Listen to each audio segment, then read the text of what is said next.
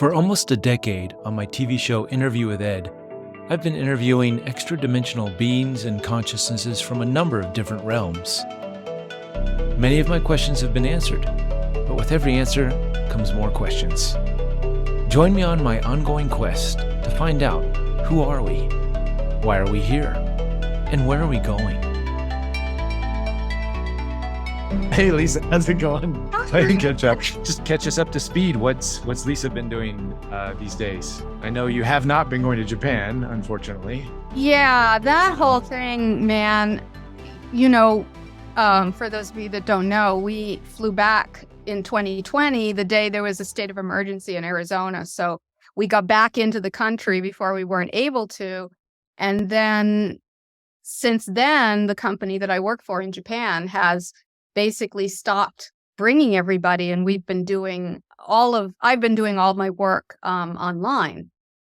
So that means, because I used to spend I used to go to Japan 3 times a year for like 6 weeks each time. So instead, I'm just doing everything online, which is, staring at the computer screen. And that's been going on now for 3 years.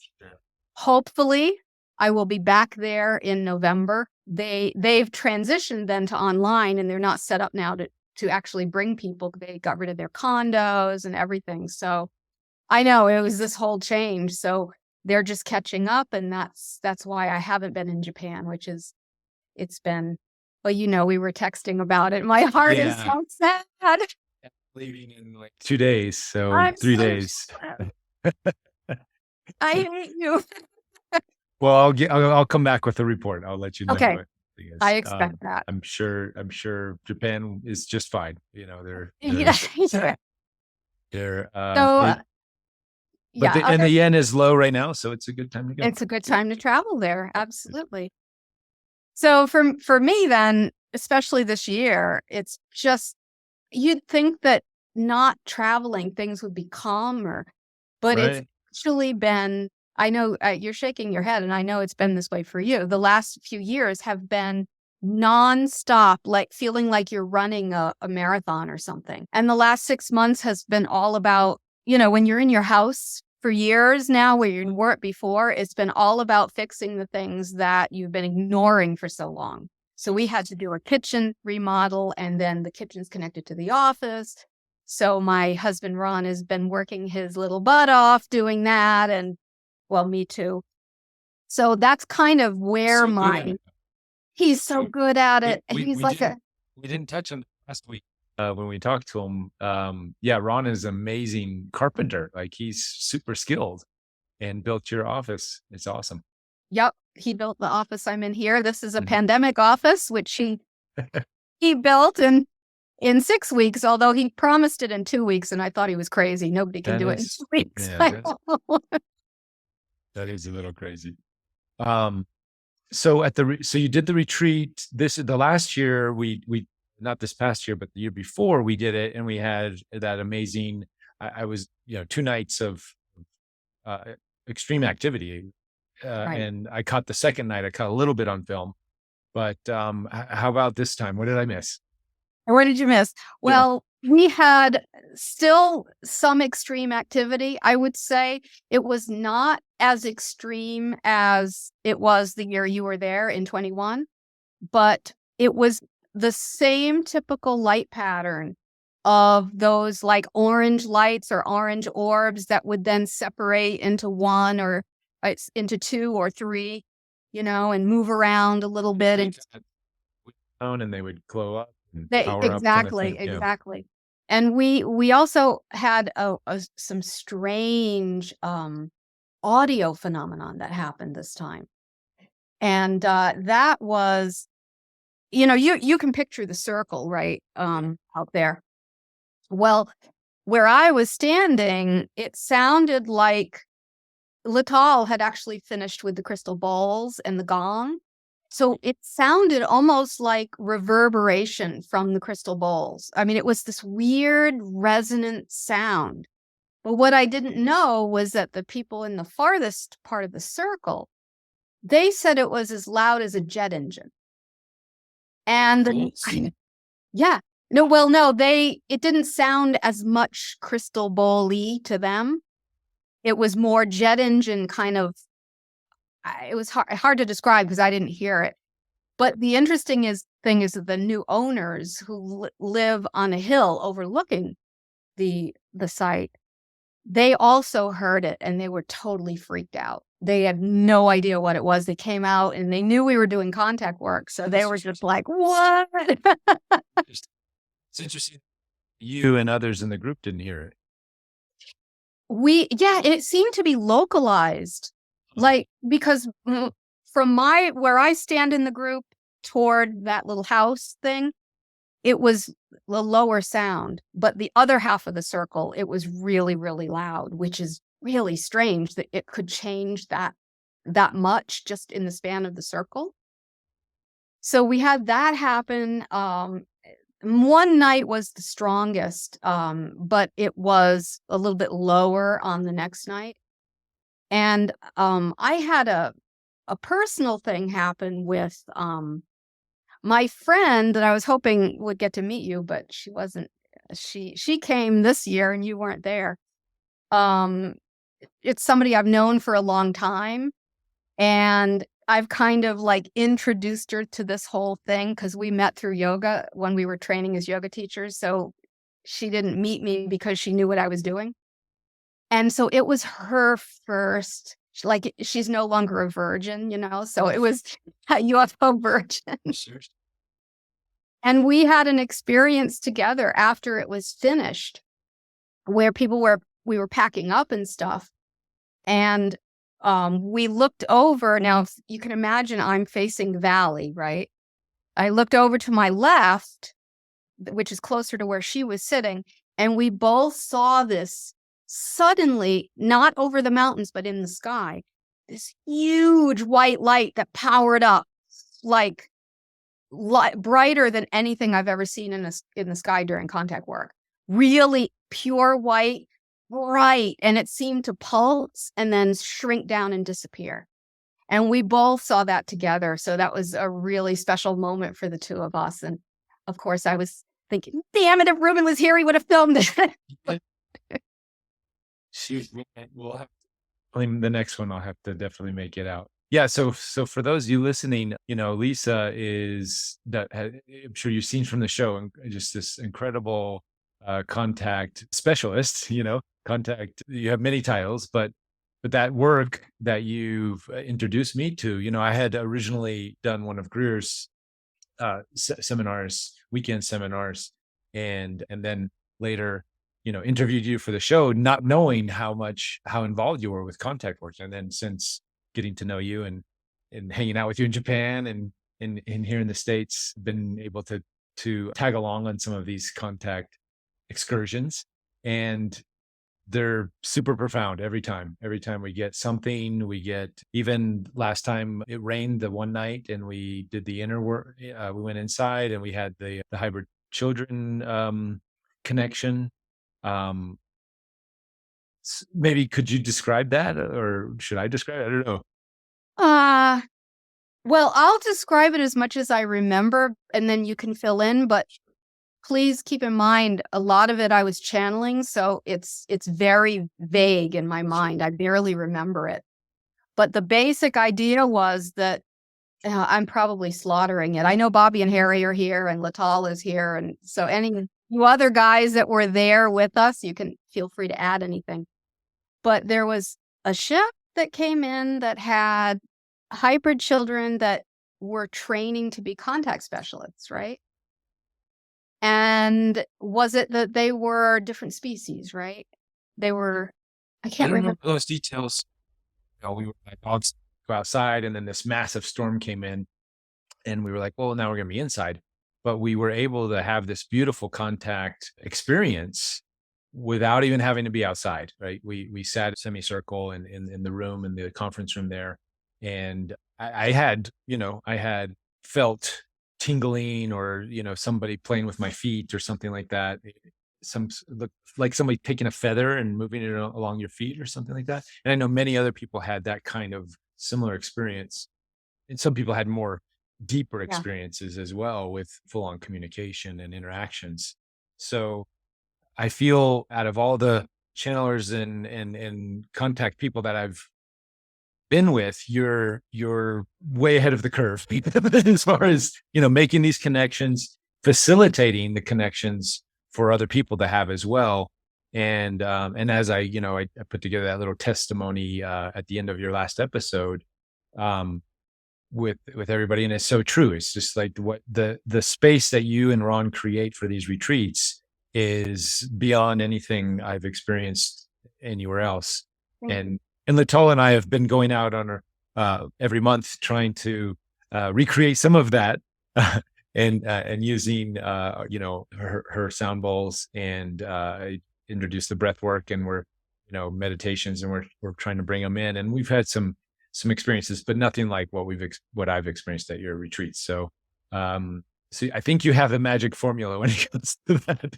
It's so funny you say that, because honestly, I feel like I've been looking for the magic formula for decades.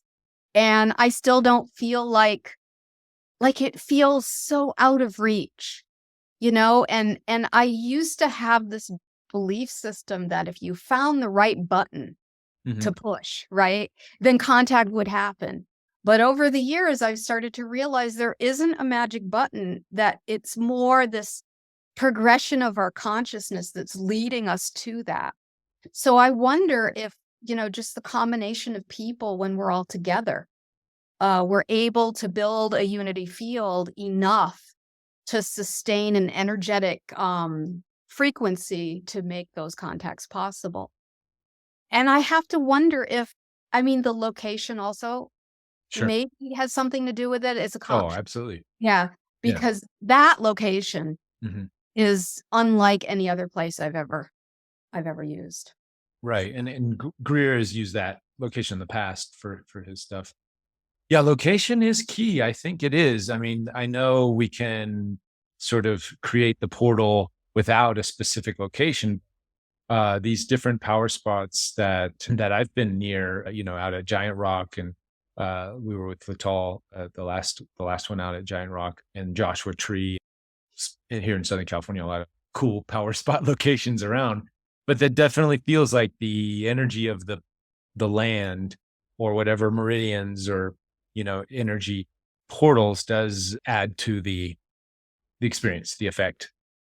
Yes. And could make it easier to maintain a portal for these experiences to happen. Yeah, and I think also in terms of physical manifestations, the location matters, because I'm sure the ETs have considerations, about who's around the area, and safety for us, and all that kind of stuff. So I don't know. It's been all these years I've been asking those questions, and I get drip answers.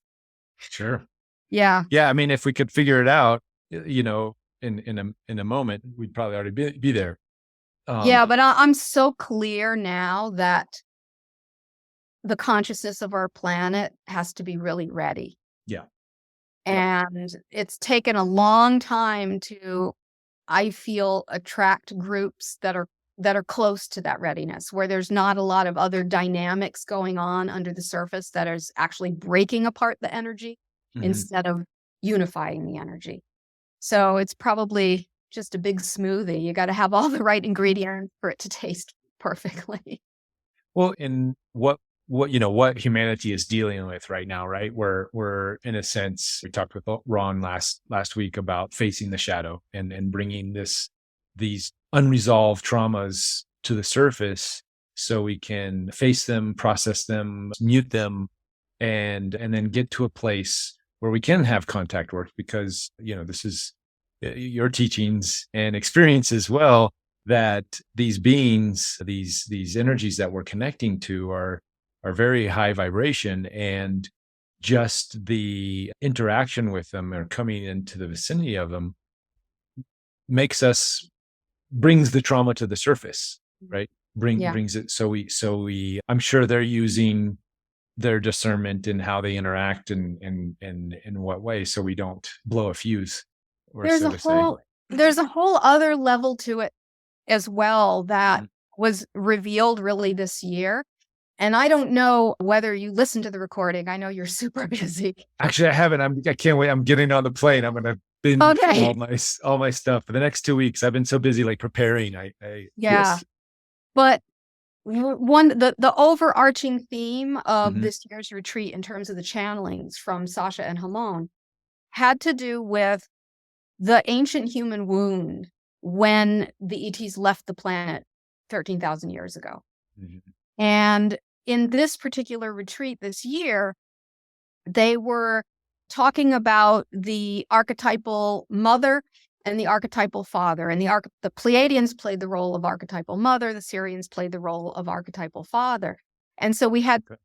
2 days of the biggest activity Mhm. was actually the 2 days where we worked on those 2 archetypes, healing the wound of being abandoned by the parents, basically, on that, more cosmic level. So when we're talking about all these different factors and Mhm. traumas that affect our experience of the contact process, we have to look at that lens too, that there Mhm. is a whole other level that we're not really consciously connected to all the time because it's so distant and it's so buried within us.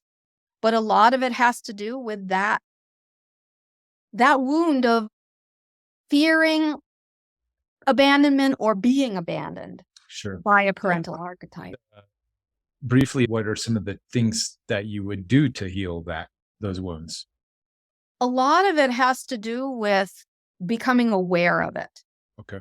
And that's part of when you listen to the recording, that there's some, I channeled it, so it's blurry. I don't remember all of it, but there's more about that. And the audio is available for anybody that wonders what we're talking about and you're interested in audio on my website. I'll put a link in the replay for here. Okay, thank you.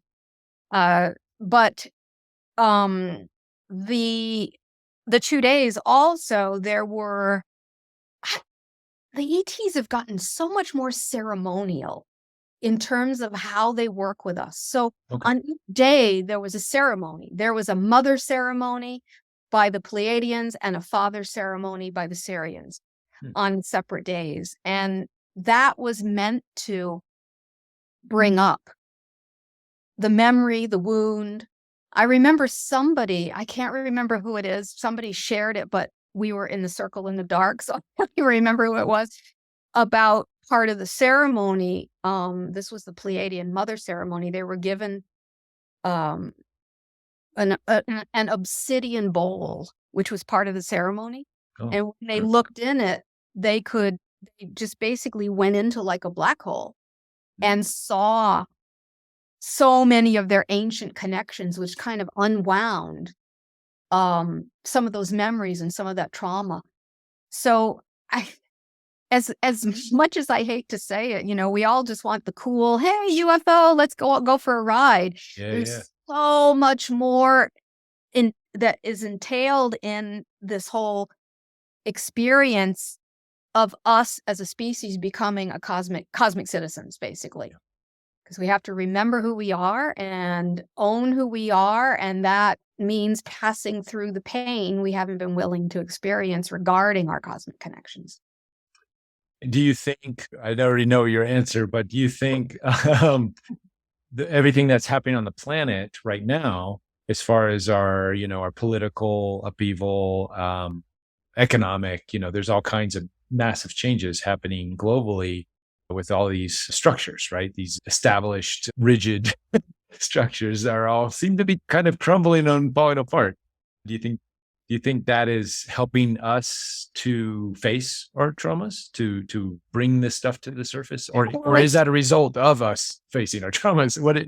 Both? And maybe it's a little bit of both because Right. it's triggering them for sure. Triggering, yes. It's triggering our feeling unsafe, our not trusting, all of that stuff. But in the end, and you've heard me say this a million times, so sorry for the 1,000,001 time, but No. in the end, our transition from third density to fourth density has to do with letting go of polarity. So all of the deep polarity that we're seeing on the planet now is necessary for us to finally be tired of it, and be like, I'm not going to listen to this person over here talking this story to get me all riled up. I'm going to go inside and find my own truth. Exactly. So that's the biggest test for any species as we move into fourth density, and especially the Sirians will tell you that. I could go off on this. But yeah. Well, why particularly the Sirians? Why would they go off on that? Because the Sirians, much more than the Pleiadians, really struggle with polarity. Because they split in their civilization. They had a split where there was one group that got really dark, and you could say kind of went down the rabbit hole of darkness, so to speak, and were obsessed with all the dark stuff and losing touch with their own light. And they became then, obsessed with creating power in the way they define power, which meant the rejection of the other side. Right. And then Not you had the other split that was, instead of separative, were more integrative, where they were trying to see all this darkness outside as being a reflection of what was unhealed and unloved within themselves. And how can we take that path to integrate that aspect of ourselves? So basically, they were embracing the idea of the universe being a mirror so that they could then integrate themselves and awaken themselves. So the darker side of the Sirians basically, in a sense, died out because you can't sustain that type of separation indefinitely. Right. And the integrative side of the Sirian, this was all in their fourth density process, eventually went through integration. And so Hamon, who's the Sirian that I channels, said, how's he doing, by the way? Well, I trying to remember if I've even channeled him. Have you ever talked? Well, I definitely at the retreat, and he's not like a chatty. Like, I don't hear from him unless there's something he wants to say. Okay. Where Sasha's more chatty. She's more chatty. Yeah. It's a good way to put it. Yeah, Hamon's can be a little bit intense. He's cut to the chase. Here's the work you got to do. Go do it. Exactly. Yeah. Exactly. So anyway, the point is that he's seeing that the path they went on is being replayed on Earth now, where we're starting to experience that split, and you're starting to see one side that is totally obsessed with this is the negative stuff that's going on out there, and then the other side that's trying to heal themselves by looking at what's going on outside and owning the shadows within. So he's seeing, and I think that's one of the reasons why he's so passionate about talking to us at this point in our evolution. Nobody else has I think I wrote in the thing, the cosmic anthropology, galactic anthropology that you have based on all the different beings that you've channeled, and this galactic history, and your Prisms of Lyra, your books, and the cards, right? I got to mention the cards because that's such a huge part of defining these wounds and defining the direction of how humanity is replaying these stories and how we can do better and take the lessons. So just a big fan. If anybody out listening here has not explored Lyssa's Galactic Heritage cards, please do. And those were channeled through Jermaine? Yes, they were channeled through Jermaine, which was going to be an episode we would have done maybe for season 4. Yeah. Which was me channeling Jermaine to give you your Galactic Heritage reading. That's right. We have to do that. It's going to be fun. I'm so curious about that. Well, can you give a little history on the cards? Like, how did they come about? Oh, actually, before we do that, maybe we do quick question from Yara. I see the question. Okay. I've mentioned before that I got even better results with the contact retreat when I held it online. Can I expand upon that? Ben. Okay. Oh, okay. Hi, Ben. I've never been with him live, but I see him a lot on the Facebook page. Okay. So I'm going to change the word better results with surprisingly powerful results, because they are apples and oranges. I'd say that when I do contact work online or a retreat online, so to speak, I expected that I wouldn't feel the unity energy. I see. Yep. And actually, 2003 is when I started experimenting with contact work online. And some of you are probably wondering how, because, we didn't have anything. But back then, one of my friends was a gamer, and he had a gaming platform that you could get a bunch of people together and talk. Yeah. Yeah, I know you wouldn't know that, but this was new to me, right? So we experimented, and we had somebody in Germany, somebody in Mexico, somebody in Canada, and a lot of people in the US. And what we found was that the web of energy that was created was really powerful. Like, we could all feel it.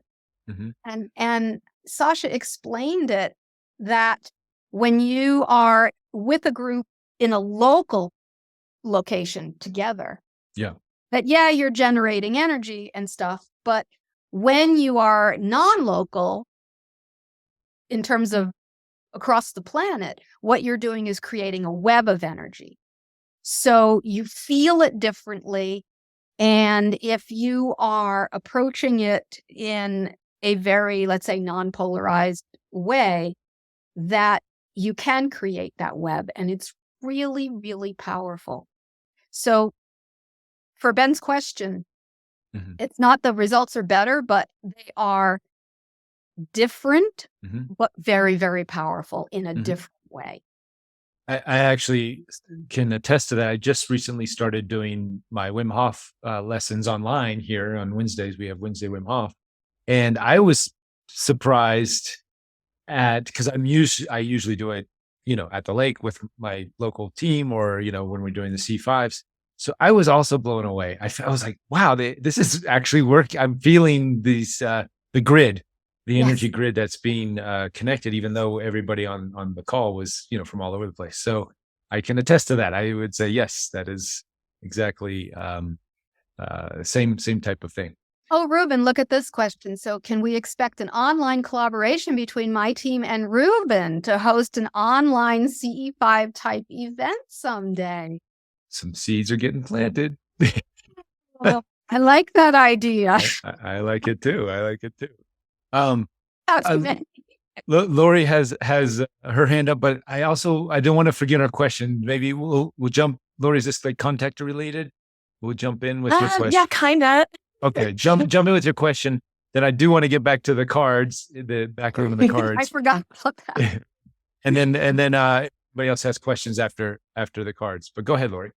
Sure. Hey, Lyssa. I actually watched I think it was your Portal to Ascension. I watched that just this morning. That was super fascinating because it kind of connects in with what I've been wondering about, how you were talking about the layers of remembrance and then all of that. So yeah, it was really cool. So I kind of had like a weird, well, I shouldn't say weird, it's cool experience kind of happened last summer and fall, to where I started writing a lot of poetry, like out of the blue. And it just started kind of coming to me.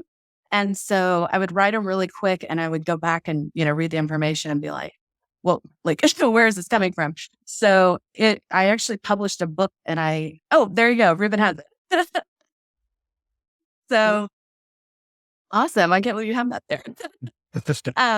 Yeah. So it's been quite the journey. And so all about that timing, I actually had a channel reading scheduled with Daniel Scranton that I had booked like 4 months in advance, kind of forgot about it, all timed right about then. So I asked him about it because I had gotten this name while I was writing of the name Devon, and that this was a Pleiadian guide. And I look up this name and it means poet and overseer. And I was like, what the heck? And so I asked Daniel in the Pleiadian Council, I was like, is this a channeled book? Is that what this is? And they're like, yes, absolutely. That's what's happening. And, which is really cool. So I guess kind of my question is like, in regards to what you were saying this morning about those different layers and the steps and whatnot, a big one of those is trust and that type of thing. So how can you trust, like what's coming in, or like, what's the best way to discern and know, like, this is from him, this is not from me. And moving into that, because that connection is strong. The insight I feel like I'm getting is strong, but because I'm not getting like audibles, you kind of run into that, like, what's me, what's him, what's happening. So tell me what you think. This is a really common question for my channeling students. Okay. But the first thing I do want to say, because what you shared tied into what I was talking about earlier, when I was talking about the archetypal mother and the archetypal father, the lecture you're referring to, she's referring to, I did a presentation for Portal to Ascension for their conference recently. And it was basically the lecture I gave at the retreat. So that's what, of course, at the retreat, it was more longer and for the retreat and for contact itself. But so you're touching on those issues with having seen that lecture. It's exactly what we're talking about. Okay. So the trust thing, oh my God. I don't know how to answer this question because I know what I channel is weird. I mean, if you use the measuring stick of society, right? And what's considered sane psychologically, I know what I channel is weird. And I had a lot of resistance at the beginning because it's outside the norm, right? Mm-hmm. And that resistance stops you from bringing it through, basically. So what comes through is diluted. Mm-hmm. So what I found for myself is that even when I'm not trusting, I have to trust. Mm-hmm. And I've kind of have this game with myself. I don't know if it's a game, it's a process that when I feel like I can't trust it, that I jump over the cliff. The thing that comes to mind about this, an example of this, was a retreat I did in Japan. And this was many years ago. So actually, I think this was before I met Reuben. But it was the first time I met Hamon. And we were at a contact site in Japan. And as soon as the ship supposedly came in, this dense fog came over the group. And it was so dense that I couldn't see my hand in front of my face. And I was told, walk into the fog. I mean, that's like the ultimate, can you trust, right? And somehow I knew, what am I going to do? Say no, right? Duh. So, okay. Because this is what I've been asking for, right? So why would I say no? So I walked in to the fog and I felt and sensed, I don't see visually, but I see internally. And I sensed and I felt a being standing there. And that's when I met Hamon for the first time. He was in the fog. And there's a lot more that happened that day. But after it was over, I didn't know that it was the start of something. That if I trust, it's going to continue to unfold. Mm-hmm. If I don't trust, it won't unfold. Mm-hmm. So it's more a matter of giving yourself permission, as Bashar would say, give yourself a permission slip. For those of you that know that reference, to trust and see what happens. Mm-hmm. Especially if you are like not in the public eye. I imagine it's easier to trust because if you make a fool of yourself, nobody will care. I still worry that I'm going to make a fool of myself. But if I found if I trust that afterwards, there is always confirmation. Yeah. Right. Yeah. I know I'm not saying anything you don't already know. Maybe I'm giving you a permission slip to step forward and trust. Does that make sense? It does. Yeah. And I really trust it because like the feeling, I'm more clairsentient than anything. Like, again, I'd love to have the audible to just be like, oh, I'm hearing it. Therefore I can tune out my own brain. But the clairsentience that I have, that feeling and the overwhelming love, that just that universal love that has come in. I mean, I've completely changed like ever since all this. Everybody who looks at me, I mean, they're like, you even look different, like what's going on here, And I'm like, I can't explain it. It's just, I can't explain it, but you won't understand, Right.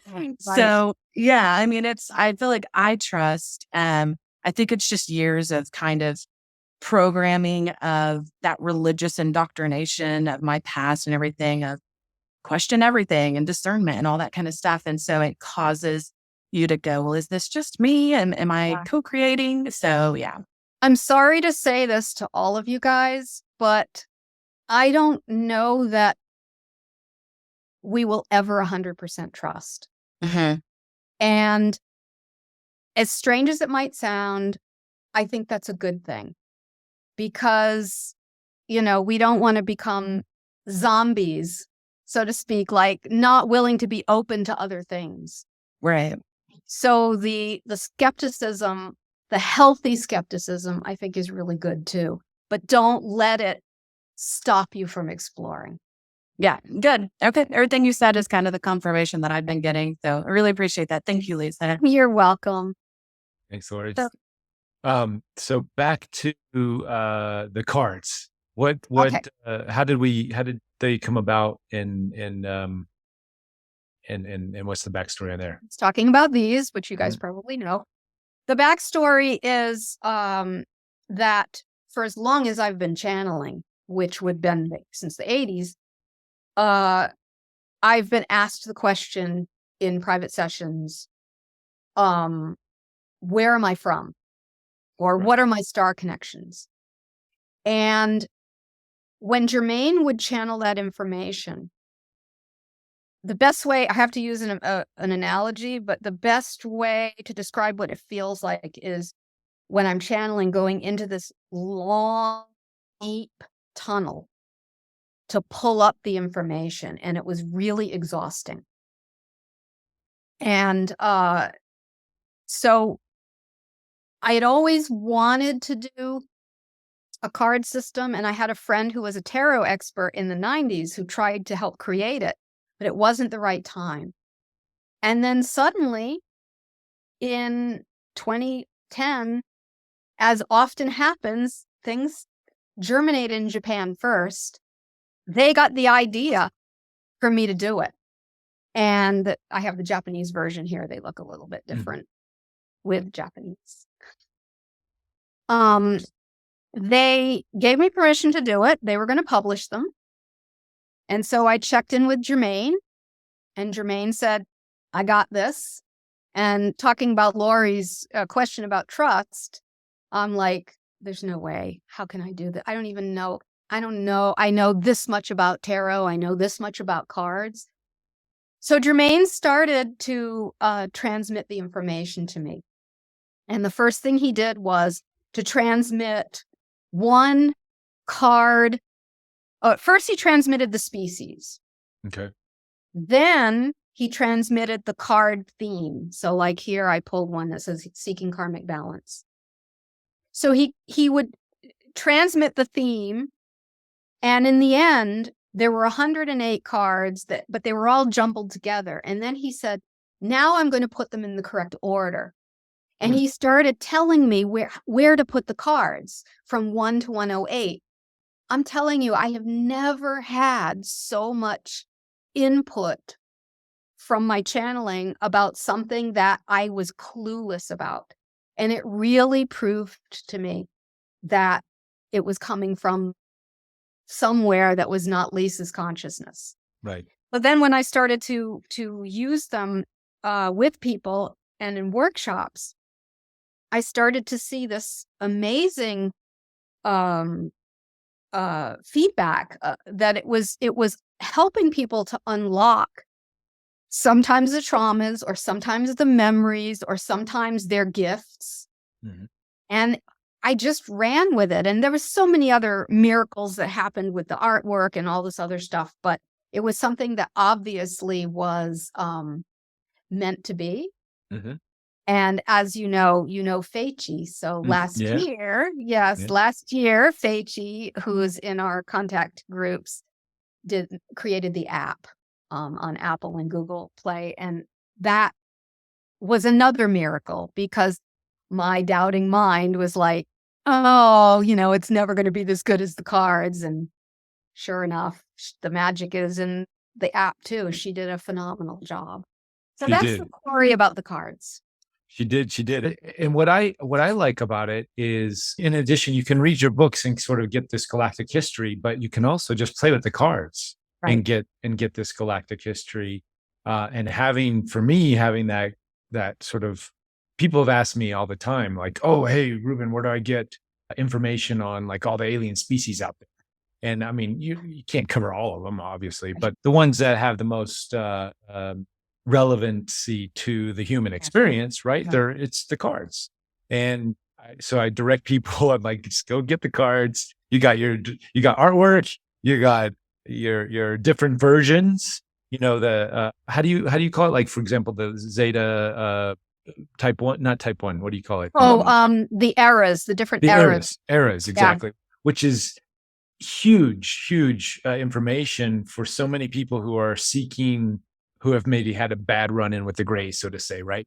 And then they're like, oh, all the grays are bad. And I'm like, no, there's an era where the grays, Right. actually evolved past these limitations, and we can connect to those grays. Those are, Yes. those are the more evolved, better. I don't want to say better, but just easier to connect with grays. Right. Than, I'm going to address, I'd like to address that era thing. Yeah. First, I'm seeing a question up here about the app. The app is the same as the cards, Galactic Heritage cards. So if you go to Apple or Google Play and you search Galactic Heritage cards, you'll find them. And I'll have a link in this as well. What he's talking about in terms of the eras. Yes. This is, I think it's one of the keys to understanding the connection with our galactic family. So what are the eras? As Germaine says, there's 3 different eras of ET evolution. Mm-hmm. The first era is when they are a young species. So this is when they're like 3rd density and early 4th density. So there's a lot of polarity and a lot of wounds. This is where their wounds happen. And that era is where we're coming out of now as humans. Mm-hmm. The second era is the era in which the species, you could say, goes into 4th density, but starts healing the wounds and starts their awakening process. And that's where we are right now. Right. The third era is usually like very, very high 4th density or 5th density, where they're not necessarily physical anymore. Mm-hmm. But the consciousness has awakened. So it is a whole integrated awakened species. So what we don't realize when we have contacts, especially if we have contacts maybe with, as you said, Zetas who are a little bit unintegrated, let's say, mm-hmm. where we're pulling in that first era Zeta contact for a reason, because it's matching or mirroring the frequency we need to see in ourselves. Mm-hmm. So that's why, like in the 80s, the Whitley Strieber area, right. The Bud Hopkins era, we were pulling in a lot of that first era Zeta contact because it was serving us to get in touch with our wounds, to get in touch with our fear, especially. And that we needed that for our evolutionary process. Mm-hmm. But as we evolve as a species, or even as individuals, we start pulling in contact from different eras. Mm-hmm. So right now, there's a lot of contact with 2nd era and 3rd era, mostly because we are going through our healing process and our awakening process, and these more integrated frequencies are helping us in that process. So that's That's a really important thing to understand, because we tend as humans to think everything is linear. We Right. don't realize we can pull in contact of different types depending on how integrated we are as we are making that contact. I use this analogy all the time. In the 1960s, we had the remote viewing programs were full underway, and we had hundreds and hundreds of soldiers sort of remote viewing different things, Russian spies and all these things. And it was at that time, and there's many. If you look at Chet Snow's work, are you familiar with Chet Snow? Have you heard of him? Oh, Chet Snow, yes. Yeah, yes. yeah. So he also did work where he regressed. This was in the 80s. He regressed many people sort of into the future, and it didn't look so promising, right? There's all these doom and gloom stories of Earth is uninhabitable, people went underground, and we have a similar accounts from the remote viewers who talk about at that time when they remote viewed into. And I use the when in my Time Explained seminars or talks, they're at the frequency that they're at that time to remote view into the future. They're only able to connect with the frequency of that which they're vibrating at. So they're seeing a reality that's most in alignment with the timeline that they're dealing with. And therefore it may not be so good, but it's not definite. It's always changing. It's always shifting. And several years later, we're now in this new energy, new frequency. So as we make these connections, it's a much different experience. So we can connect to a higher version of the gray, where back then it was probably very difficult. Very few people, you would have to be at a specific vibratory rate to connect to a third era zeta, where it was much easier to connect to a first era. And now, as consciousness is uplifting the planet, we're able to make these higher connections, and even that's changing all the time, always evolving, shifting. There's no.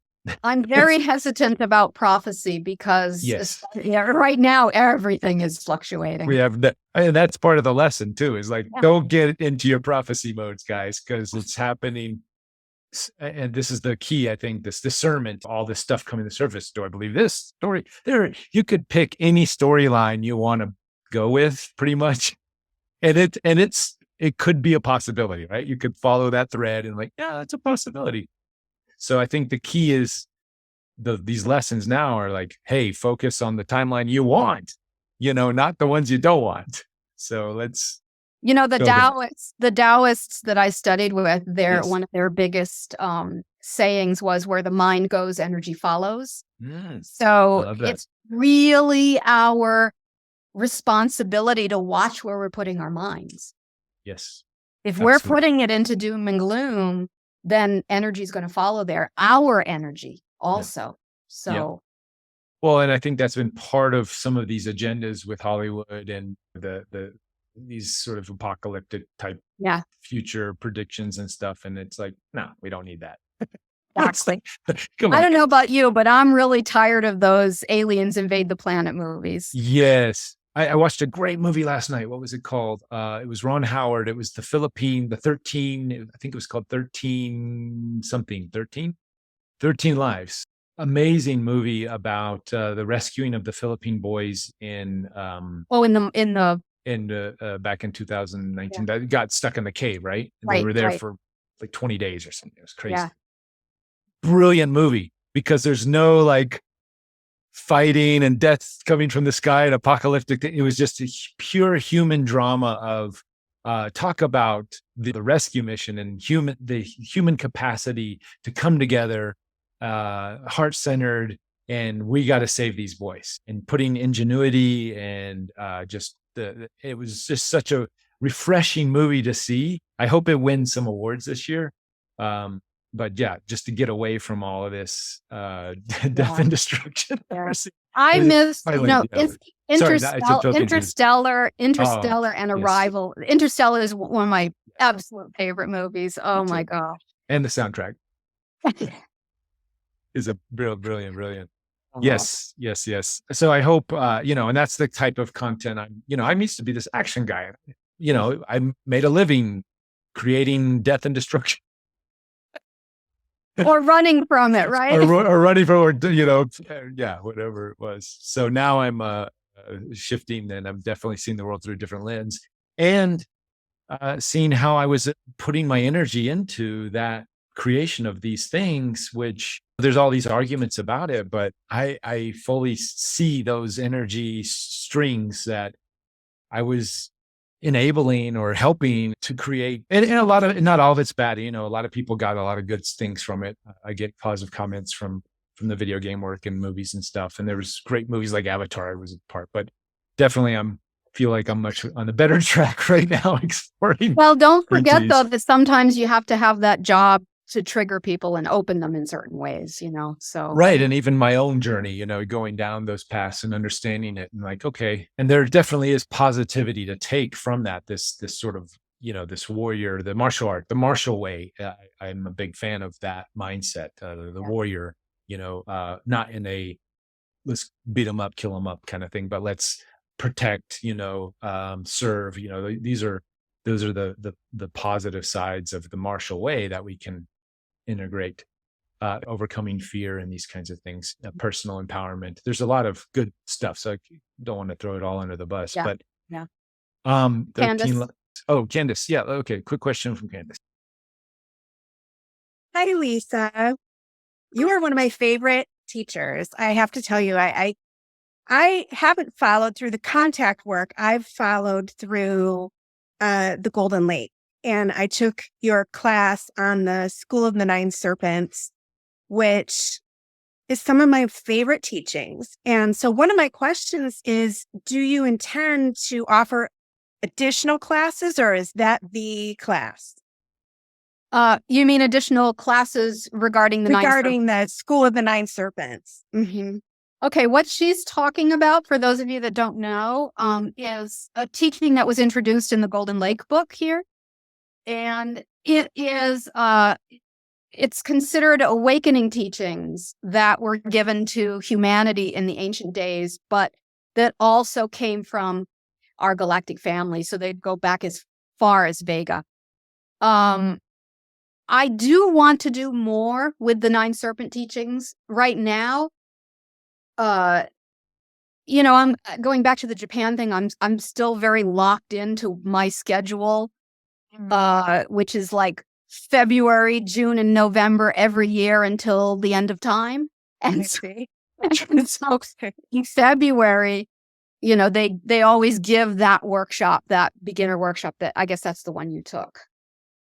Right. Okay. Your name sound familiar, so now I know why. I emailed you because I sent you a mandala that I created for your type. So I'm writing a series of 9 books that are showing how the 9 personality types, according to the Enneagram system, are your version of your ego, that there's not one style of the ego there.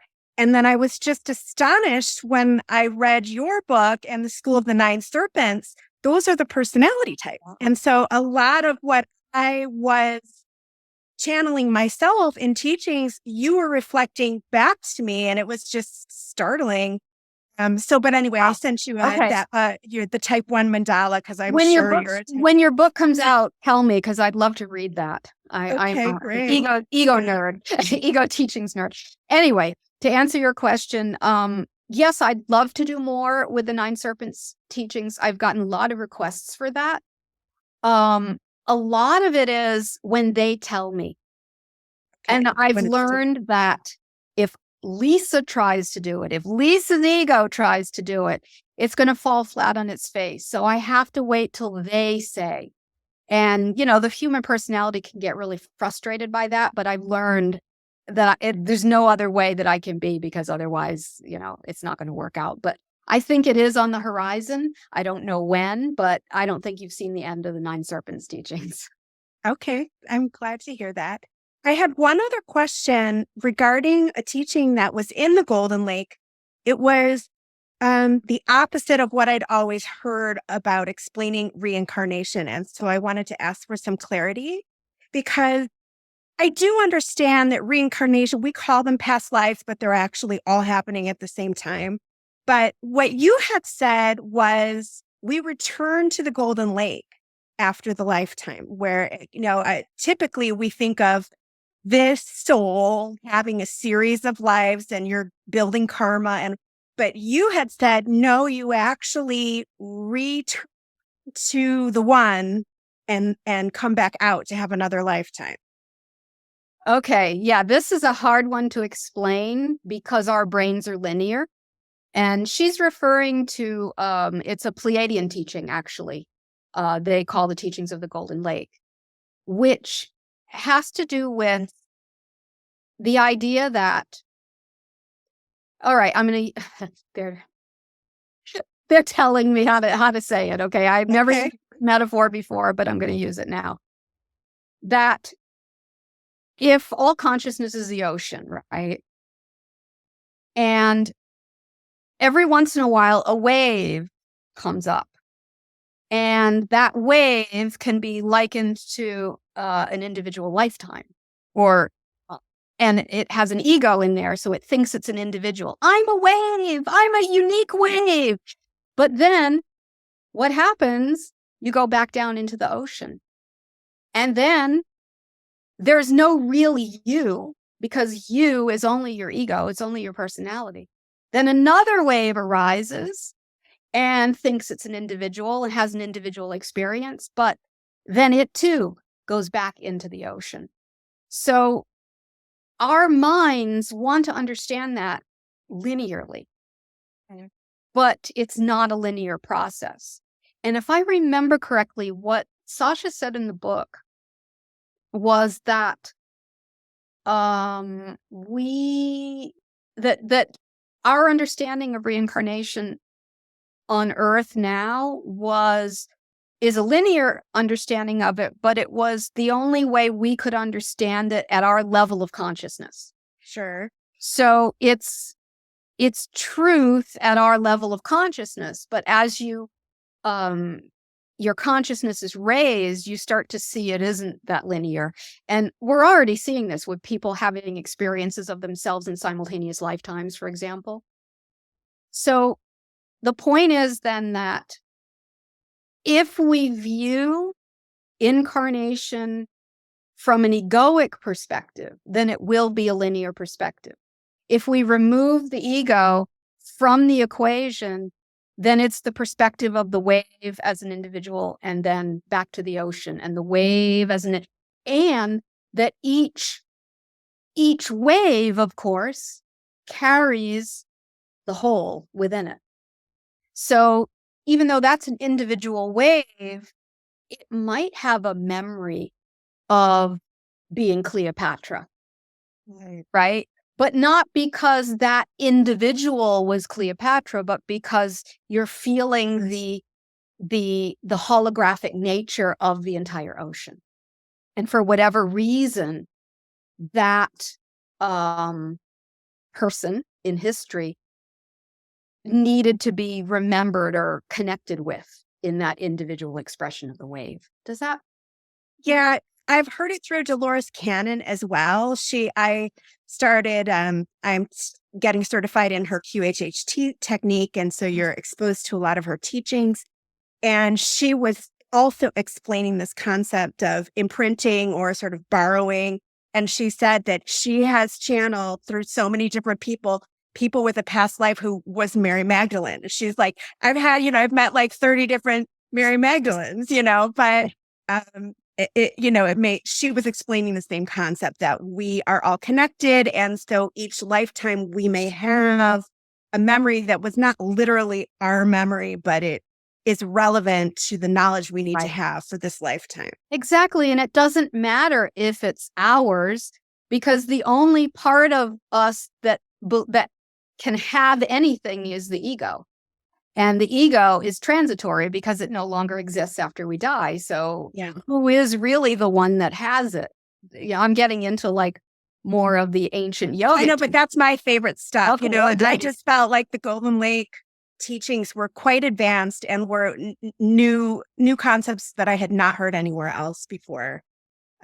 Really exciting. Pleadians. Thank you so much. You're welcome. Thanks, Candace. Ben, did you have a question for Lyssa, or did you more for channeling?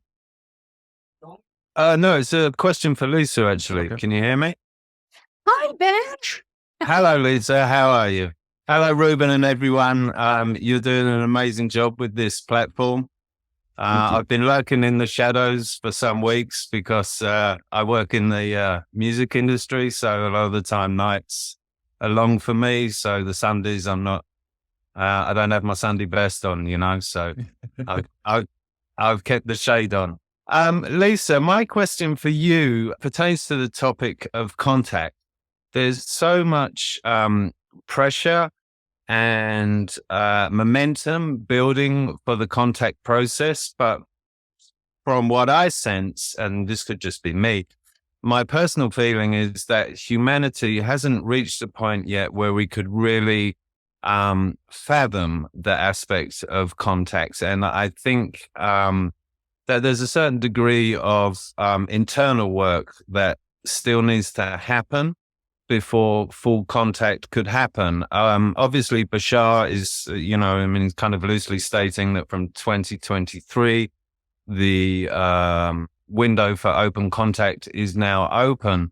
But I get a sense of feeling that if we were to have contact now, that it may even trigger such a level of trauma from humanity, because we're coming from a place of orphans in a sense. Galactically, most people on the planet have no understanding of our galactic ancestry, and to have that bombshell dropped on them now, I think that would send a few people to the wall. And so just from your personal perspective, how do you see the possibility of contact playing out for us?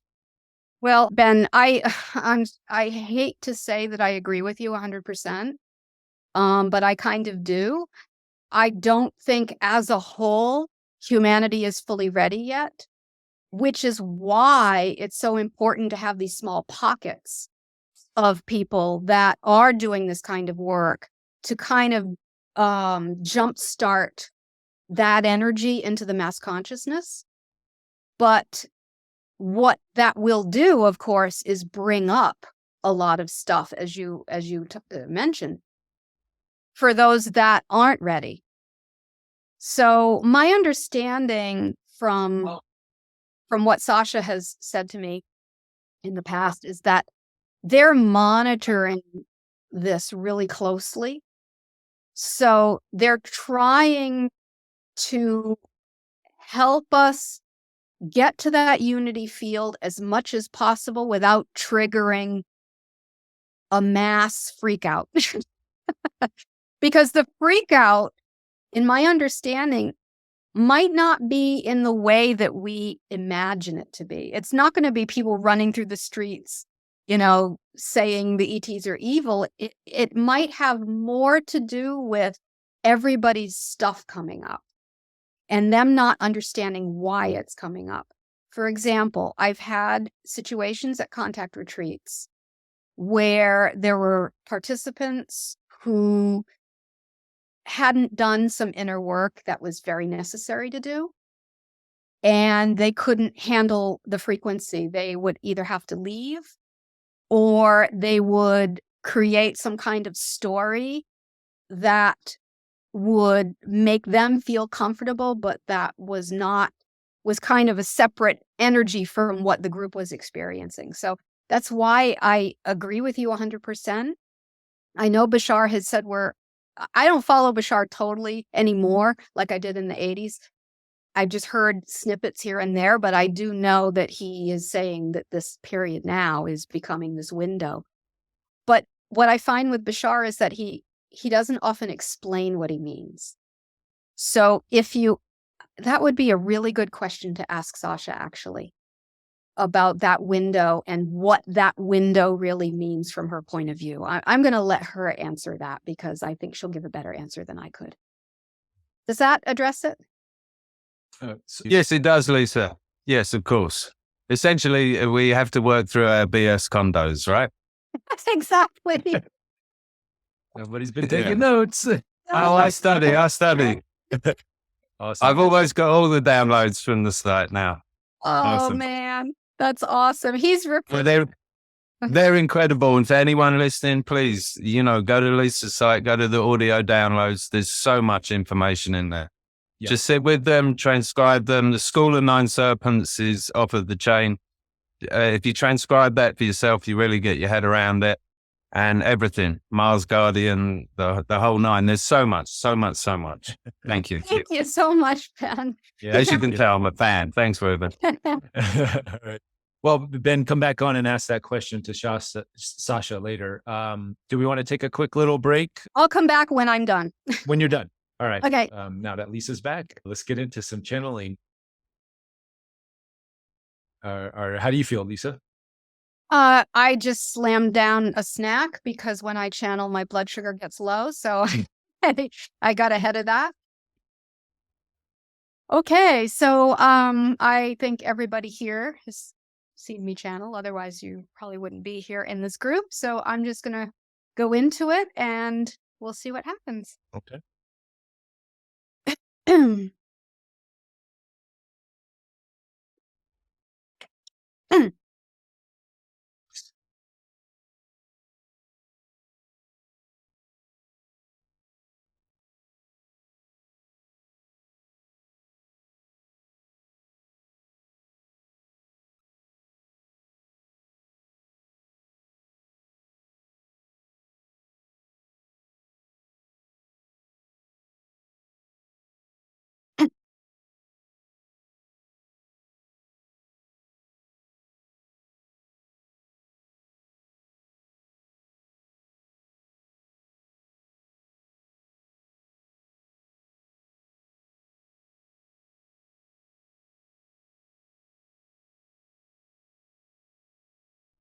Hello, it's Sasha here. Wonderful to be with you today, Reuben, and of course, all of the friends here as well.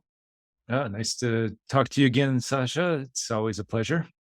We missed you at the retreat, my dear. I missed you guys too. Yes, I will definitely have to reconnect soon in the retreat space. But thank you for coming on today. I'm sure there's a ton of questions, but is there anything before we jump into questions that you'd like to share, or should we just jump right into questions? Just jump right in since your time is limited.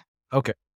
I'm going to let Ben go with his question first because he had that while it's fresh.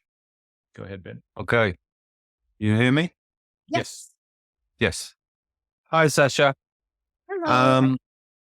My question for you would be the same one that I just asked Lyssa regarding the unfoldment of open contact. There's much talk about 2023 being the opening of the window for full contact to take place. And obviously, there's a lot of pressure building within certain pockets of humanity to push that forward. My question to Lyssa was, how do you guys see that playing out? Because from what I observe as a human on this planet, full contact at this stage, I think, would trigger way too much trauma and shatter many people's belief systems. And I think it would be counterproductive to the evolution of consciousness.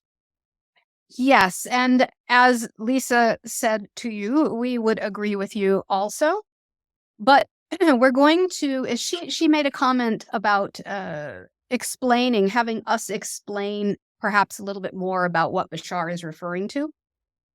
So now, again, we don't want to put words into his mouth, but we're just going to share how we see it.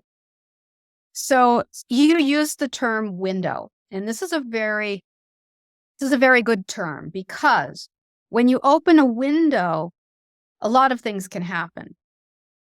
Basically, though, when you open a window, a breeze comes in.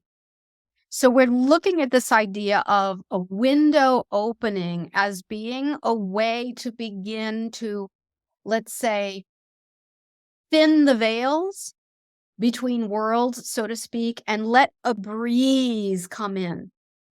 A window is not a door, however.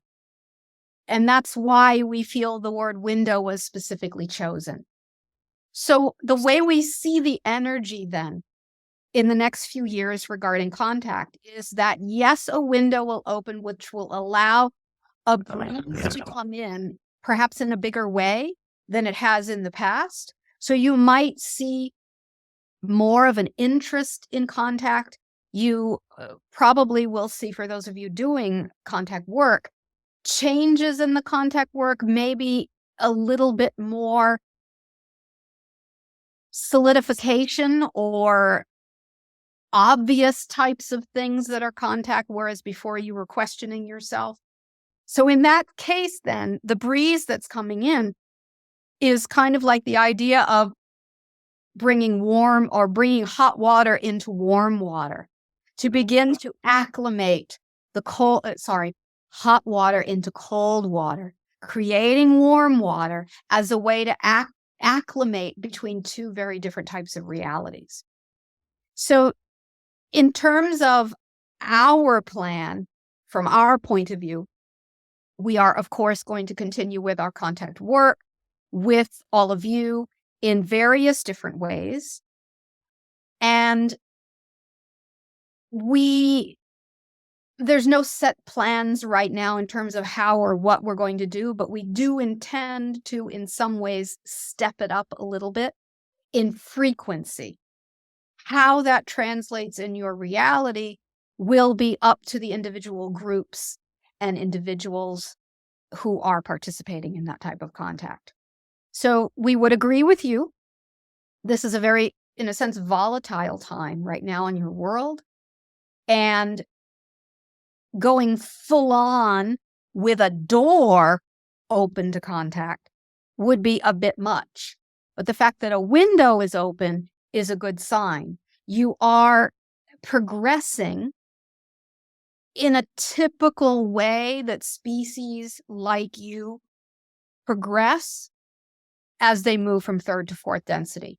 We know it feels frustrating for so many of you that are ready to go faster, but we would like you to see yourselves more as the way showers. And sometimes, if you're leading a hike, you have to wait for the others to catch up. And so that's kind of your role right now. You can lead and be a pioneer, but there are times where you're going to have to wait for others to catch up. So, Ben, does this give clarity on your question? Yes, Sasha, indeed. That was very insightful. Thank you. Thank you very much. Could I squeeze a tail question into that? Go ahead. Sure. From what I understand, what is taking place on Earth in this time and space is of particular interest to our galactic family, even more so just from being close relatives to certain species. As I understand it, I've been reading at least for 20 years about how this is so pivotal to everything else that is happening in our galaxy. Could you emphasize on that, please? Which aspect? Why it's of so much interest, whether let's use the Ascension word, not that I'm a fan of that, but the Ascension process for humanity is of great interest to others. Yes. In the bleachers. We join you in not being a fan of that term as well. But in terms of why is this such an interest to us? A lot of it has to do with, because we are all connected through our genetic lines, and not just genetics, of course, through our galactic family, that we see ourselves in you. We see our ancient past in you.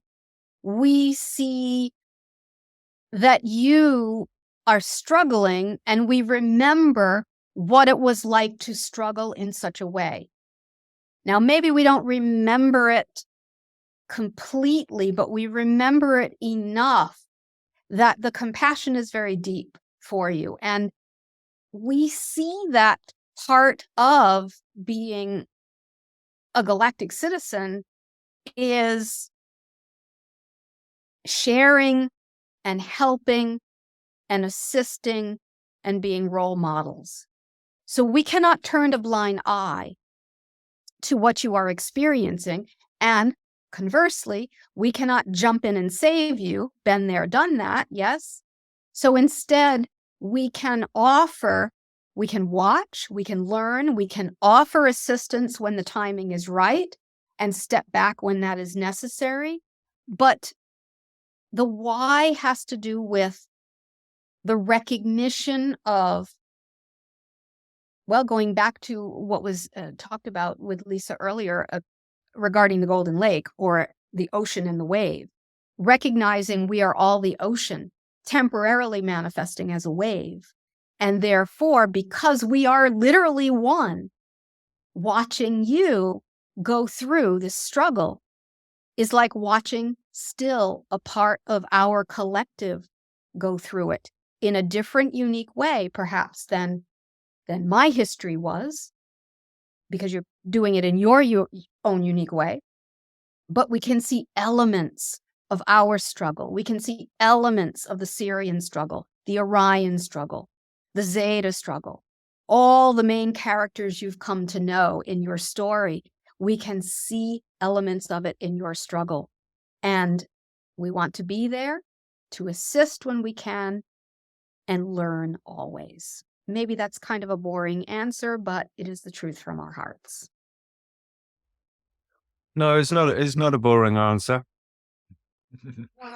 All right. Thank you. Thank you. So can I, just to close that, and I promise I won't take any more time. So for humanity to come into alignment, would that also work in a sense of a ripple or echo effect back to your species and all the way back to the point of creation? Exactly, yes. Okay. So you have it. Thank you. I'll step off. Thanks, Ben. I have sort of kind of a connected question to that. Going back to the, it was talked with Lyssa just earlier about the Pleiadian Sirian experiment in a sense. So female, male. I had gotten a download when I had my interaction with the mantis being about that same type of experiment. The mantis were involved in helping with that, I guess.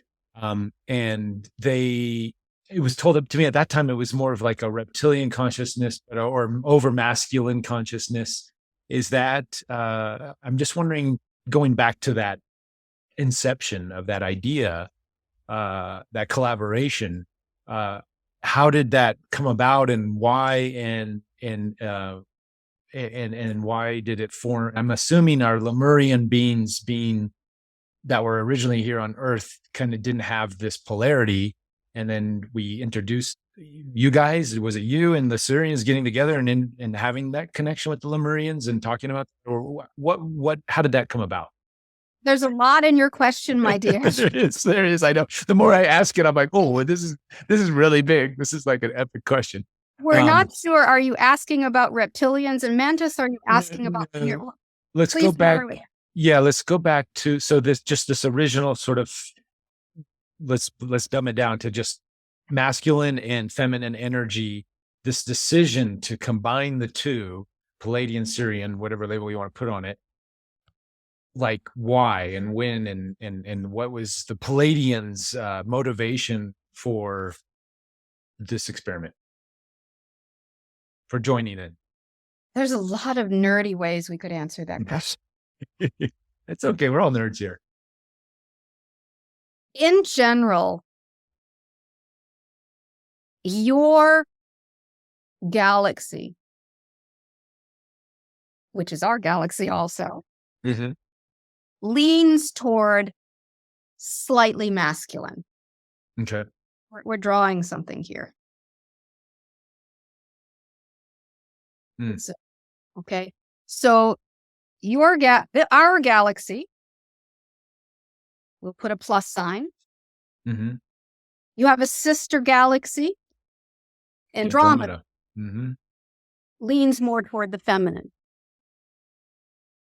Yin yang, always, and always balance.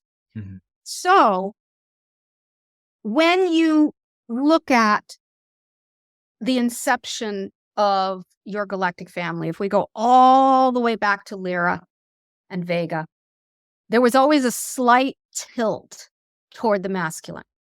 Even when the Vegans broke away from the Lyrans and wanted to go inward and explore, technically their feminine energy going in, it ended up manifesting masculine again. That's because the energy is tilted toward masculine. Therefore, when you look at your main archetypal civilizations in your galactic family, you're going to see most of them tilt toward masculine. Some, such as mine, the Pleiadians, tilt toward feminine. And basically what this means is that the feminine, those that are tilting toward the feminine, are less in number, which means the Pleiadians are very busy. Yes. So what that means is then that in civilizations such as yours, such as the Vegans, there has to be an energy that helps to balance it out of the masculine. It's not going to, when you're in third density, it's never going to fully be balanced because the nature of third density is unbalanced. But therefore now, as you are moving into your fourth density expression, you're moving more and more toward balance. So the Pleiadian energy or the feminine energy plays a much more important part. We could be mothers silently in the background, so to speak, for you in third density, but it's the type of energy that has to play in the background because you needed to have the third density experience. So now that you're going through this transition, both of the masculine and the feminine have to come forward and find a way to come into balance. So for example, and we apologize for those of you maybe that don't know these teachings, but for those of you that either listen to the audios or who have been to the retreats, you know that we utilize the sacred form of the Octahedron. There is one here. Just a moment. For those of you that don't know what it is. And this sacred form of the Octahedron is representative of the energy of fourth density, but it's also representative of the energy of the balance of male and female energy. So Sirian archetypal male, that's why, of course, they are here and working with you. And Pleiadian energy, archetypal female. Now, of course, my civilization in galactic time is not that much older than yours. So we weren't around in the same way to help some of the more ancient civilizations balance their masculine energy. But other civilizations or other consciousnesses, such as Arcturus, was there to take that role. So we don't know whether we are straying away from what you are asking, but does this give you some insight? Yes, that helps. Yeah, I think that's what I was looking to understand. It's a big question, Mike. It is a big question. I guess basically, so just to summarize, because things were sort of leaning a little too masculine heavy, Pleiadians being this more feminine energy, sort of raise their hands and say, hey, we'll help out with that. We can help you guys balance things out. Is that kind of how it went out? Went down? Yes, but the only tweak we would make to what you've said is that for us, it was never a decision, like a mental decision. Okay. Was a knowingness Sure. that this was our role. Right. And that all this healing, probably over masculine healing would come about by you guys sort of co-creating, our human experience. And a lot of it is timing, my dear. And there's another aspect to this that those of you nerds that know some of the older teachings that we've given, this piece of information that when in the ancient, very, very ancient days on Earth, before the Pleiadian civilization came to be, there were groups of Lyran beings who were here on your world. And in order to adapt themselves to the environment here, they incorporated some of the genetics from the ancient human species on your world, or human type, pre-human type, into themselves. So these Lyrans became, in a sense, Earth Lyrans. Mm-hmm. Eventually, they had to leave the planet, and in leaving the planet, joined another group that became Pleiadians. So my civilization, then, we have two main genetic lines. One is what you might call pure, coming from pure Lyran, and one, what we consider to be Earth Lyran, which has ancient Earth genetics within us. So, being that many within my civilization have Earth genetics within us, it's not that it's only you that have our genetics in you. We have your genetics in us too. We are compelled to assist you. It's not even a question. Hence we always hear Pleiadians are our cousins or distant family. And this is, so literally we're blood family. It's a two-way street, not a one-way street. Blood DNA family. Yes. But yeah. Okay, cool. Mark has his hand up. Go ahead, Mark. Hello, great to talk to you. Hello, Mark. So I don't know that this question is just coming from possibly the stream of consciousness that I incarnated from in relation to helping planetary assistance, and maybe I've got recollection of aspects of this stream that helped on others. But since I know that everything is connected and our planet's going through a part of the galaxy now that has this energy that's helping us to ascend, I'm curious how widespread that is. And are there other planets that are also going through ascension like us? And or are there other planets and beings that maybe they're not going through ascension like us, but say they're already in 6th dimension and they're moving to 7th?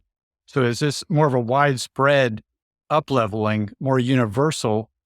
And as we get to join into the galactic community, are we going to be able to start to interact with other aspects of ourselves that are going through a similar process, such as ourselves? Going from 3D into 5D, for instance. Well, the last part of your question we'll take first, because that's an easy one to answer. And the answer is yes, that actually you are already connecting to these other aspects of yourself that are going through the transition. This is a whole other dimension to the contact experience, because the great percentage of beings with whom you experience close contact are other versions of you. That's also a way that makes the contact experience much more smooth and much more easy for those of you that are open and willing to that experience. So that is already happening. It will continue to happen, even if you don't necessarily know this being that visited you is another aspect of you. It's the easiest way for contact to happen because there's a resonant energy. Okay, so that's a given. Yes, yes, yes to that. Now, in terms of this idea about the other civilizations in the galaxy, whether they're going through their shift as well,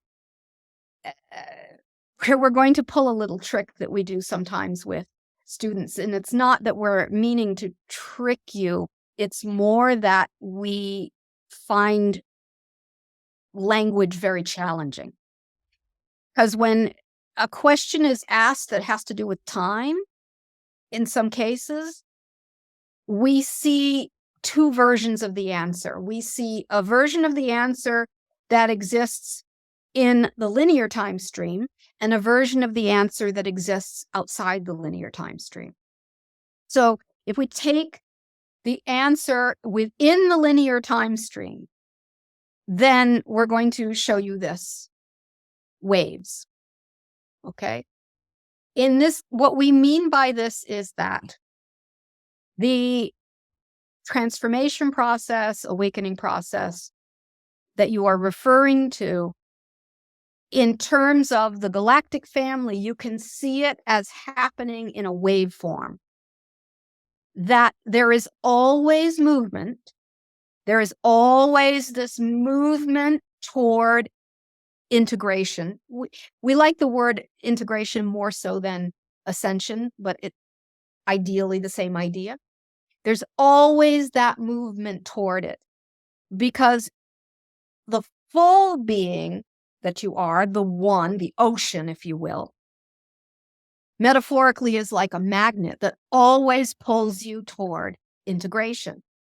So the movement happens with all of you, all consciousness everywhere, in a wave form toward integration. So that's the point of view of looking at it from a perspective that includes a time stream, because a waveform can really only be seen objectively outside of it with a time stream as a relative position. Now, we answer the question from outside of the time stream, or outside of the view of physicality in terms of the human mind, then what we are talking about is the ocean, which is its natural state is already complete and integrated.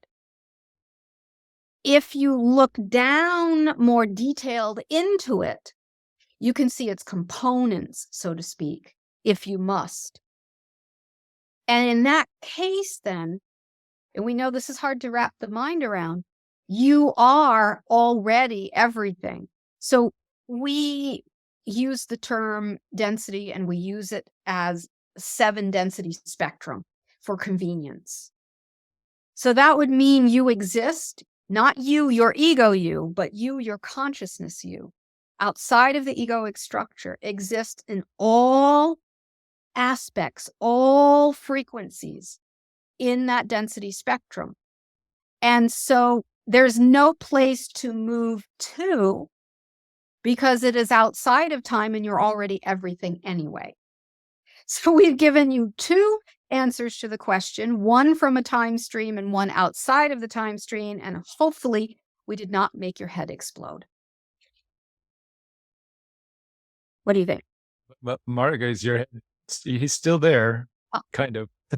Is there smoke coming out of his ears? Yes, I see smoke and gas coming out right now. Yeah, no, I get that, and that was the one thing that I was, because I know that, if I'm, as the more I tap into, things like, being a way shower and stuff, that there's going to be infinite numbers of aspects in the mass consciousness that I could resonate with, that, across all time and space and dimensions that exist or don't exist. And that's why I wasn't sure whether I was just tapping into some of that, or tapping into some that is actually is occurring and or will occur in our linear one. And I guess the answer that I'm hearing is yes, and yes, that it's occurring in the linear aspect, and of course everything is occurring in the nonlinear aspect. Yes and yes. Very good. All right. I've been chewing on this for a while. Yes. I think so. Thanks, Mark. Is that good? Mark, you good? Yes. All right. Ian, go ahead with your question. Hi guys, it's Ian. So nice to be on the show and to talk to Sasha. I live in Nova Scotia. It's my first time to ask a question. I'm a little nervous, but I'm going to go ahead here. I thought I had maybe something that I could put out, personal experience after watching Sasha and Reuben's show in 2020 during lockdown, and I thought maybe it could help get some insight for other people who want to do contact and C5. And I'd like to be able to recreate this experience if possible. And I could use your insight. It might be helpful for other folks too. I guess after watching you guys' show, I went outside. There was no planes in the sky, no cars on the road, and I went for a walk, and it was very, very silent, very dark. And I had an experience there. So it lasted probably 20 minutes, half hours, a very, very deep experience. Felt very connected to the experience. Lots of lights in the sky, of course. Triangle shapes, square shapes, light. And I felt really connected. And I felt like I had somehow a connection to the event.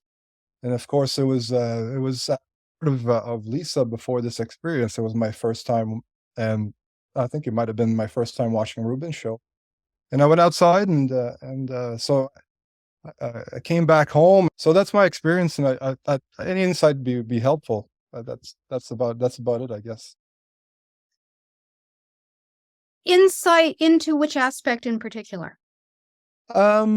Into why this happened, and what does it mean, or how could I recreate it? Like must have been something when I was watching the show. I don't know if maybe it wasn't random. Maybe I'm wrong. Maybe it was just some kind of airplane. I'm at this point. He's looking for that magic formula, that button we were talking about earlier. Yeah, It's just a button to recreate. I mean, I want my story to be relevant for everybody too. So maybe if you have insight around that could serve other people. But thank you for explaining further.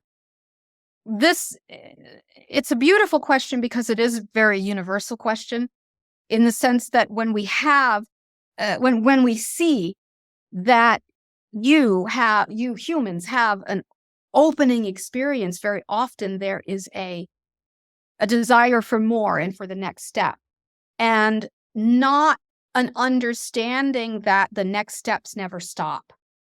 They never stop.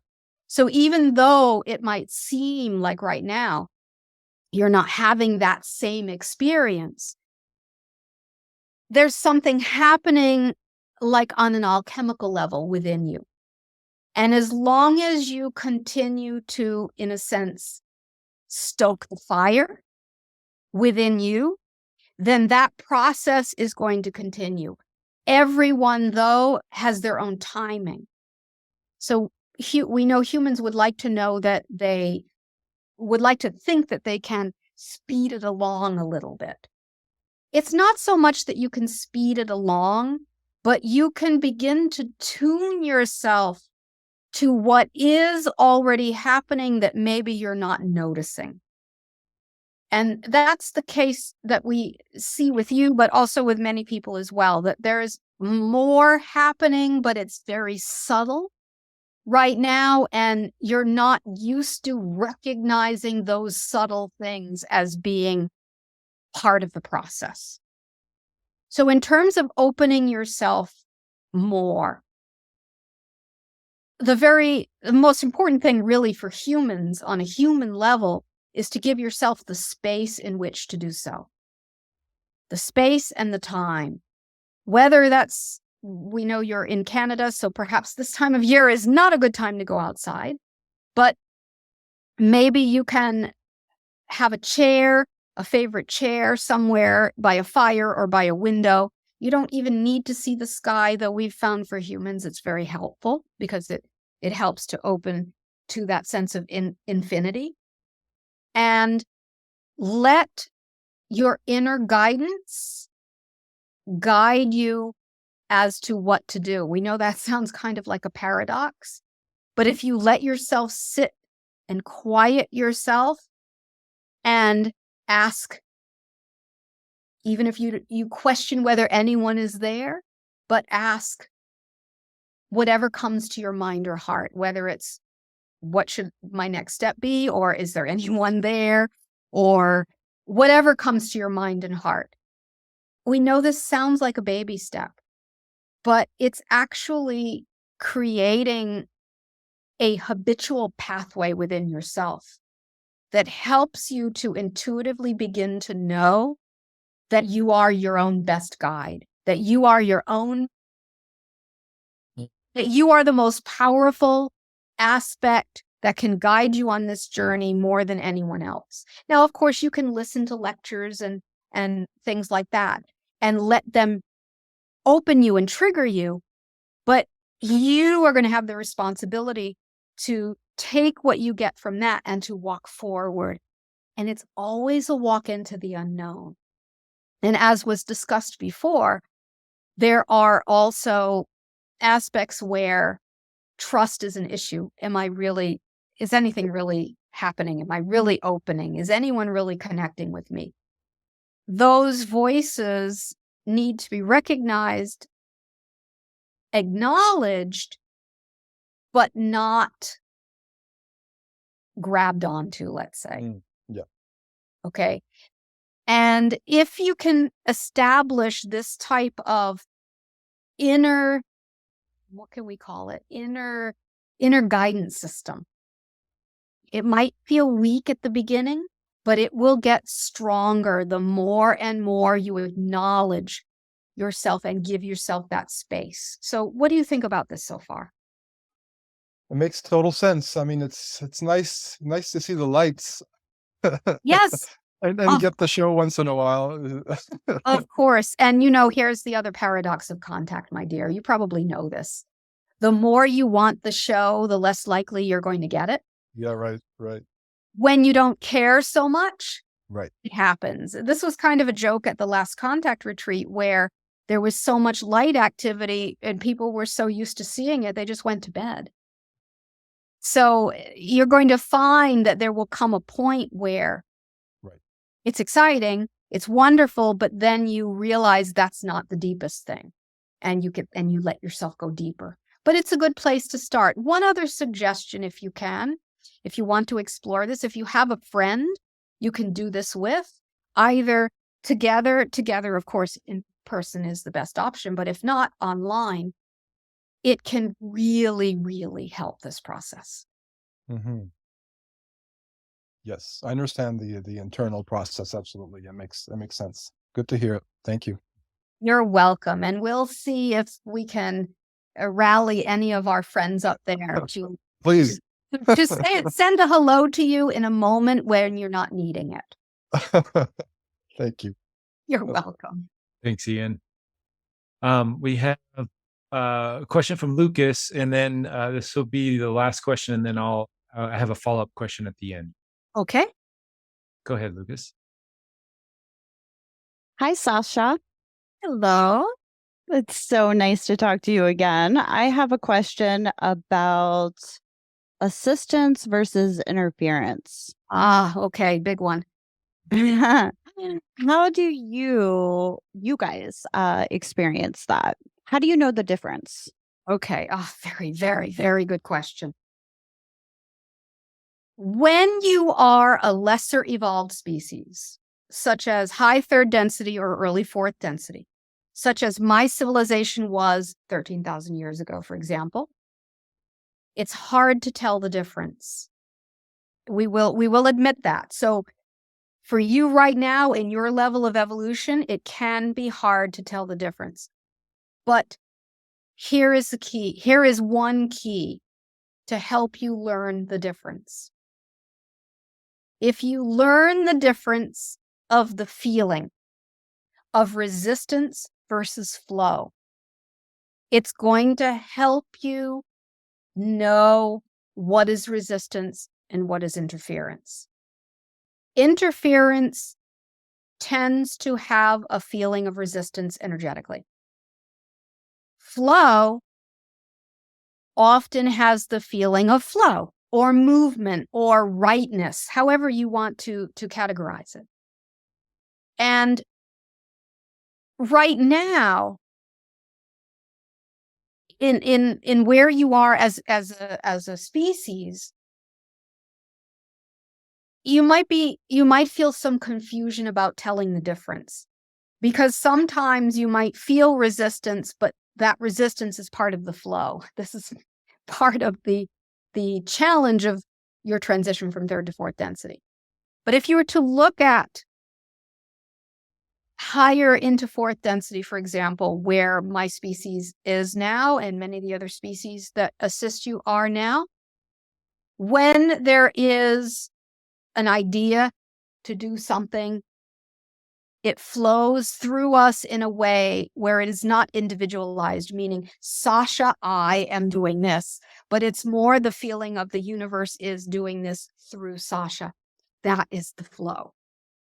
So as you move into fourth density, you're going to more and more have those types of experiences where you can feel the difference and feel the flow and know that low is your destiny, so to speak, in terms of as you go deeper and deeper into fourth density, that you will be living in a constant state of flow.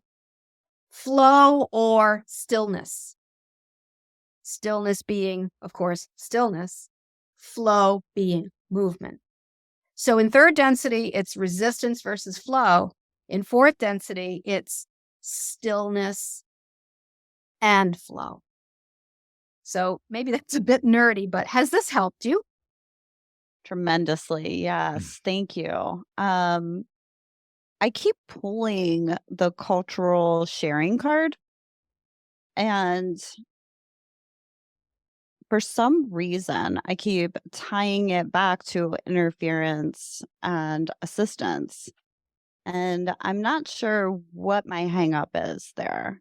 Well, my dear, this isn't just an old wound for you of 13,000 years ago.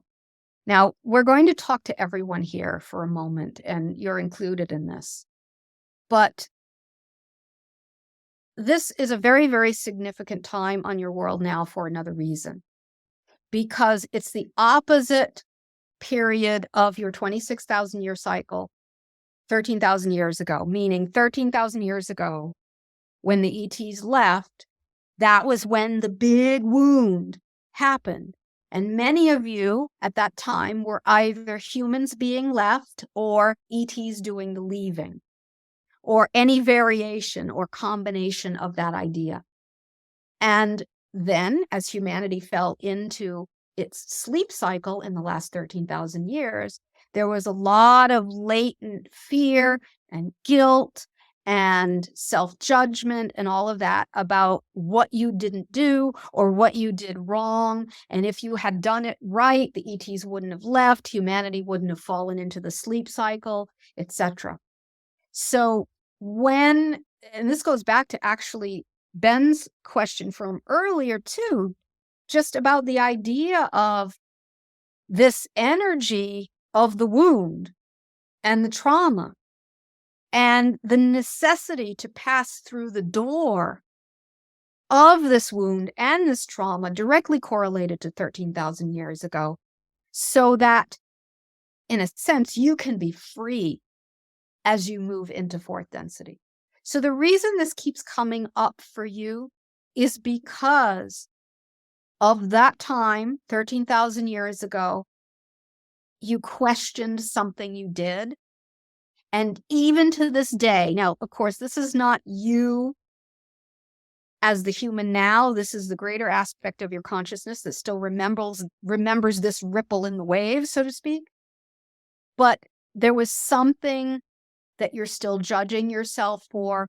You don't have to know exactly what it is, but what becomes important is the feeling of that wound, the feeling of that emotion, and the bringing it up for healing. This is one of those journeys, let's say, that doesn't have a map. So each person has to take that journey and facilitate that healing according to their own inner guidance. But the cards are helping you tap into it. So see if you can use all the tools available to you in your life to take you deeper into that idea. And imagination also is a wonderful tool. You could sit down and imagine a story about yourself 13,000 years ago. What would come out? 13,000 years ago as an ET. What would that story be? Write the story. See what happens. Do you follow? Yes. Wow. Thank you so much. You are so welcome. This was an important question because idea of these old wounds and unfinished business from 13,000 years ago is coming up big time for those of you who have this, who are on this type of spiritual quest with your extraterrestrial connections. And this is part of what has to be healed for that contact window to open wider and for the window to, in a sense, eventually become a door. So we thank you for asking the question, because it's an important awareness to have, that you can take yourself on that journey and you're not crazy if you're feeling all this crazy stuff about what you did or didn't do 13,000 years ago. Thank you so much for your question. Thanks, Maria. Okay, we'll honor your time, and yeah, great. It's always great to connect in this way and get these amazing nuggets of wisdom that we can hopefully take home and integrate and get through this 13,000 year craziness. You know, it's intense right now for you, but when you look back as a species, this is the fun house. This is the biggest roller coaster, so to speak. So it's intense, but you will get through it, especially because of those of you, such as the viewers that are here today, and those of you watching later.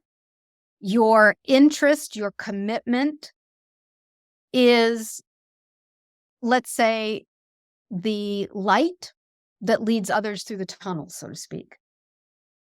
So someone, we think out there, was asking how to get started in terms of doing CE5 work or whatever. Mm-hmm. And we were talking with the person in Nova Scotia. Do whatever is available to you. That's it.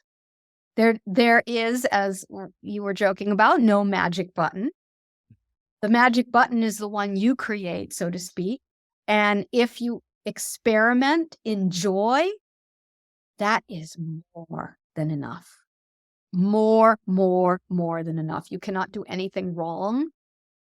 You can, as long as you are working from your heart and you are sincere, that's all it takes. You can be alone, you can be in a group, but that type of work is really, really important.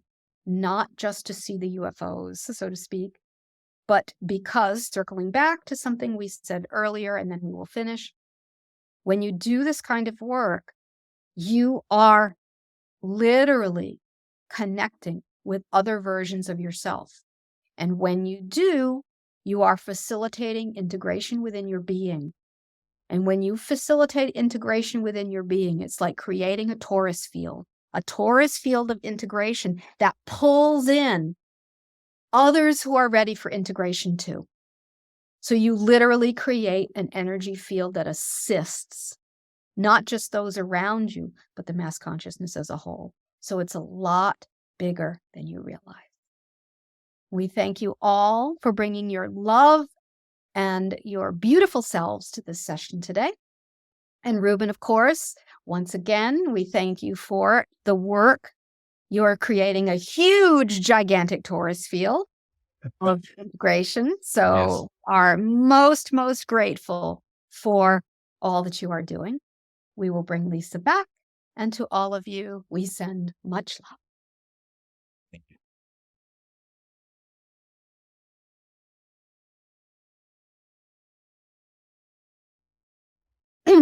All right. Thank you, Lyssa. Thank you, Sasha. You're welcome. Yeah, great stuff. So I will put all the links in our replay here, so everybody can access your website, your cards, classes, any updates. Definitely, everybody, get on Lyssa's lists and mailing lists, and get in touch with her about what's coming down the pipeline. And hopefully, I won't be sick at the future ones, and I can hang out. We'll do some. You may have been sick, Reuben, but yeah, about 8 of us got to COVID after the retreat. So, I was sick after the retreat. Yeah. I was hoping to avoid doing that, but I guess, it's inevitable. Yep.